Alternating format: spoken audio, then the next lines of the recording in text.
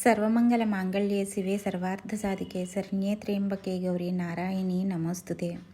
నేను గత 5 ఏళ్లుగా ఎంతో నిష్ఠతో చేసుకుంటున్న మంగళగౌరీదేవి వ్రతం ఈ సంవత్సరంతో నా 5 ఏళ్ల వ్రతం విజయవంతంగా పూర్తయింది. ఈ ప్రయాణంలో అమ్మవారు నన్ను ఎలా ముందుకు నడిపించారో తలుచుకుంటే నా కళ్ళు ఆనంద బాష్పాలతో నిండిపోతున్నాయి. నిజానికి 5 ఏళ్ల పాటు ఏ లోటు రాకుండా ఒక వ్రతాన్ని పూర్తి చేయడం అంటే అది మన వల్ల మాత్రమే అయ్యేది కాదు. మన సంకల్పం వెనుక ఉండి నడిపించగల శక్తి ఆ మంగళగౌరీదేవిదే. నేను కేవలం ఒక నిమిత్తమాత్రురాలినే. అమ్మవారే వెనక ఉండి నా చేత ఈ పూజంతా చేయించుకున్నారని నమ్ముతాను. ఈ 5 ఏళ్ల ప్రయాణంలో ఆ అమ్మవారితో నాకున్న అనుబంధం కేవలం పూజలకే పరిమితం కాలేదు.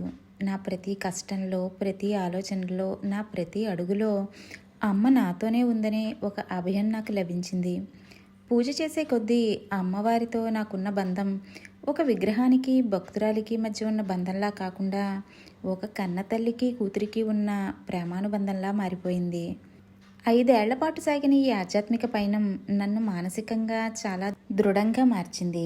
నాలో కోపాన్ని, ఆందోళనను తగ్గించి ఎనలేని ఓపికను, సహనాన్ని, ఒక తెలియని ఆత్మవిశ్వాసాన్ని నింపింది.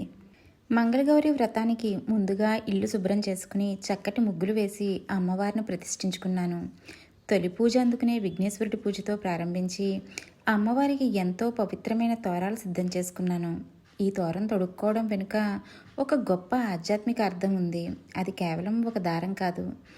అమ్మ, నా కుటుంబ బాధ్యతను, నా సౌభాగ్యాన్ని నీ చేతిలో పెడుతున్నాను. నన్ను సదా నీ రక్షణలో ఉంచు అంటూ అమ్మవారితో మనం చేసుకునే ఒక పవిత్రమైన బంధం.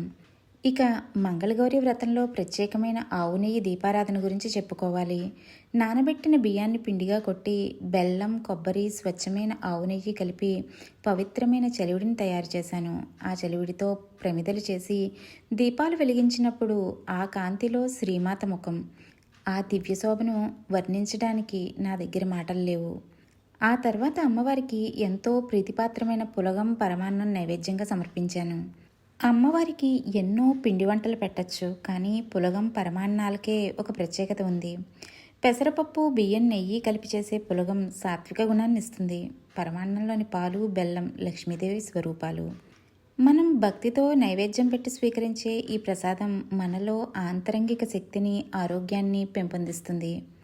ముత్తైదువులకు శనగలు వాయనంగా ఇవ్వడం ద్వారా గురుగ్రహ అనుగ్రహం లభించి కుటుంబంలో వృద్ధి, శ్రేయస్సు కలుగుతాయి. ఈ 5 ఏళ్ల పయనం నాలో ఎంతో ఓపికని, భక్తిని, ఒక అద్భుతమైన ఆత్మసంతృప్తిని నింపింది.